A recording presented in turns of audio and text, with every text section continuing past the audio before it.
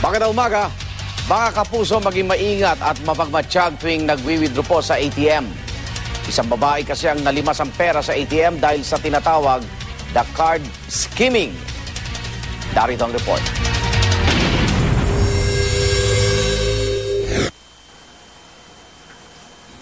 Tila totoong naging mapagbiru ang tadhana noong ika-1 ng Abril para kay Jam Santos matapos siya magbakasyon.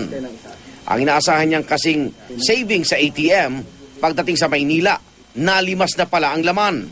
Nag-ATM ako to withdraw some cash to fund another checking account.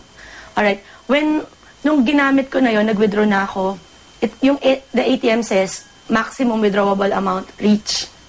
Pag-balance inquiry ko, so alam ko yung balance ko before. Kasi may passbook yun and ATM at the same time. So, pag-check ko, iba na yung amount. Agad itong pinaalam ni Jam sa kanyang bangko at nalaman niyang halos nasa 150,000 piso na ang na-withdraw na sa kanyang ATM. Ang transaksyon sa Eastern Europe sa Bulgaria umano ginawa. Ang nagtataka ko, nagawa siyang withdrawin for 1 day. Nagpas ng maximum withdrawable amount, which is April 1 yun na. April 1 lahat na withdraw. Sa parte ni Jam, lagi naman daw siyang nag-iingat sa pag-withdraw ng pera, kaya naman masakit para sa kanyang mawala ng parang bula ang perang pinaghirapan. Hindi ako nag-withdraw kung saan-saan. Kaya nga, I only use that terminal, that ATM terminal na yon. And people in the bank know, kilala nila ako. So whenever I put my PIN number, lagi siyang nakatakip. I always do security measures. Sa ngayon tuloy ang pag-iwagnayan ni Jam sa bangko para matulungan siyang mabawi ang kanyang pera. Ang uri ng pagnanakaw nito kay Jam, card skimming umano kung tawagin na pwede sa credit card o ATM. Ayon sa Cybercrime Unit ng National Bureau of Investigation.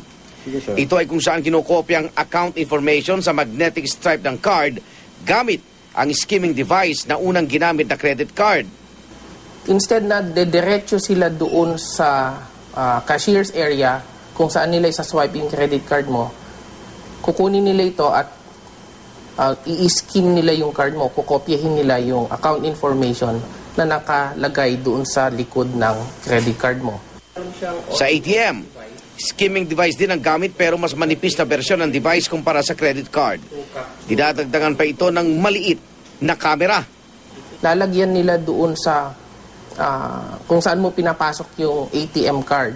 Lalagyan nila na skimming device yun. Pagpasok nung ATM card, kukopyahin nung skimming device na yon yung account information sa ATM card mo. At maglalagay din sila ng maliit na camera or pinhole camera na nakafocus doon sa pin card, yung mga numbers na yon.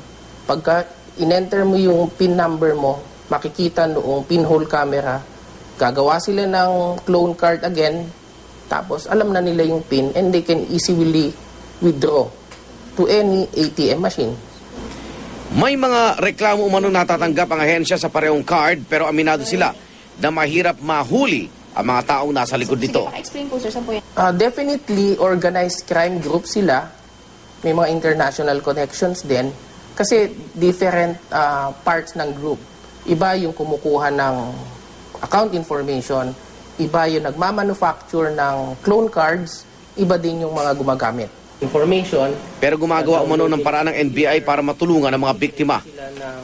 Ina-accommodate namin yung complaint ng mga complainants, fino-formalize namin yan. Cooperation is actually the key. The NBI is in constant coordination with several banks regarding yung scheming activities ng mga syndicates.